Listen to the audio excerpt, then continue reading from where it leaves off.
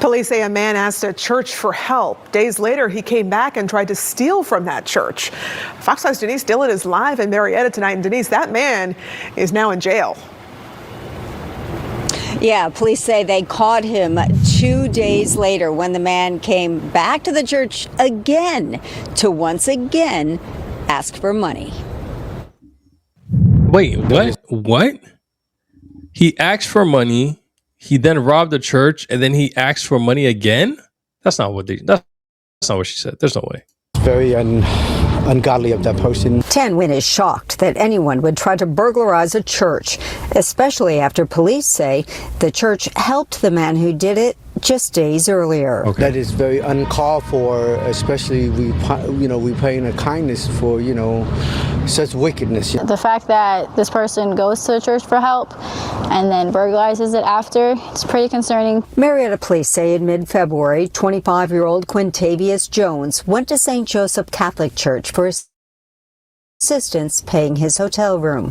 A week later, investigators say Jones came back and was seen on surveillance video walking around the inside of the church and trying to pry open an offering box with scissors. The suspect wasn't really able to get inside the box. However, it was very damaged, and you can definitely see that he was trying to probably take some money, which people put into the offering box. Police say 2 days later, Jones showed up at the church a third time.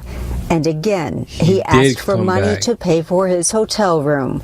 This time, church officials called police. The church did want to press charges. He damaged the offering box, and it's something very important to the church and as well as for many people who attend the church. That's sad. I mean, he was getting help and burglarized them. That is, just pray for him.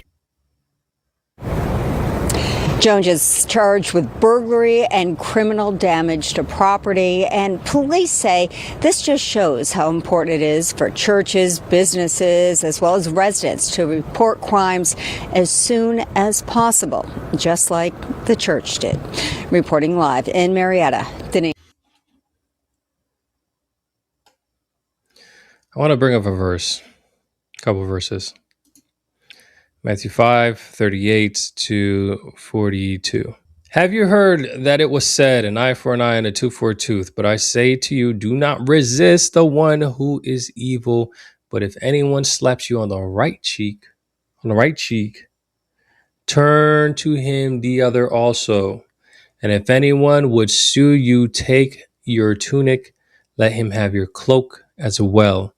And if anyone forces you to go 1 mile, go with him 2 miles.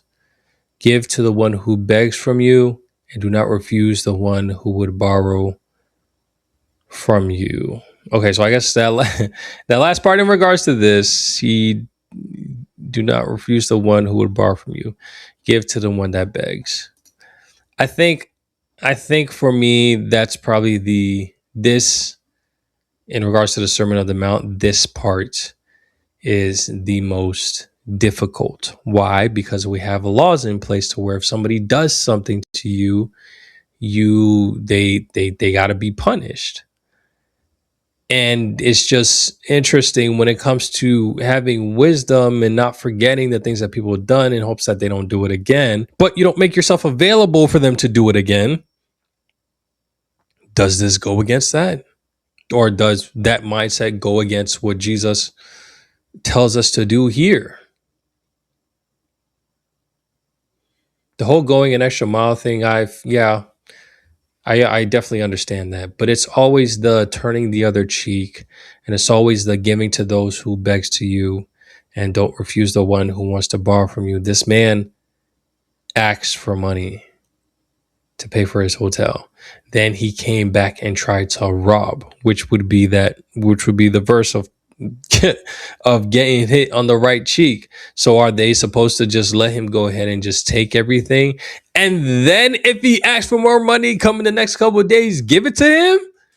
This is a live situation of what is the church to do in these type of situations? What are we as individuals supposed to do in these type of situations? If somebody's coming and they're taking your stuff, there are laws in place. Well, depending on the state that you live in, there are laws in place in which you can protect yourself and your stuff. Jesus says, just give it to them. You're going to give it to them, or you're going to or you're going to exercise your rights in this country of America.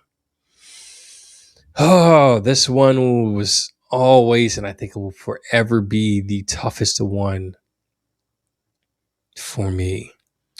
Now, granted, it is just money. And I think this is the mindset that we kind of got to have. This is just money. Nobody's life was taken, and everything will be all right at the end of the day. I think what is important is that, like the lady said, in the end, this is the individual that we need to pray for earnestly and fast for him, and hope that he gets a changing in his ways and that he truly sees the God that he essentially was stealing from his people from. See who that God is. Maybe his ways will change. Maybe, while he's in prison, he may reach a prayer group, a Bible group or something like that, that will show him the error of his ways, and he may turn from it. It's interesting. I recall being told a situation where there was somebody that had, and I have no huge ties with Dr. King at all, but somebody was saying that Dr. King was doing a sermon or a speech or something like that, and there was this guy that came out of nowhere and tried to attack him. And instead of fending the guy off and like trying to kick him out or whatever, have him arrested, Dr. King had told him, yo, stop, chill, do not harm him. Let me talk to him. Now, if this is true, whether it's true or false, just that situation, that scenario in and of itself really shows the idea of somebody that's trying to hurt you, yet you don't retaliate with the same exact force, which is crazy. But it's like what if the move that they were going to do is the move to end your life? I don't know. Maybe God will at that point make that situation an example for that individual, or use it to, I don't know, to open somebody else's eyes. It's God works in crazy ways in which we'll never truly understand. But I think what's important is, at the end of the day, that this individual does get some prayer, because a lot of prayer and just some guidance, maybe somebody to talk to if they're going to willing to confront him and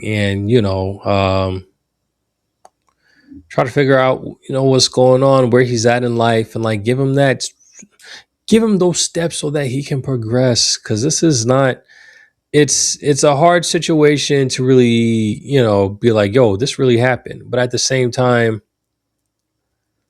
I don't know,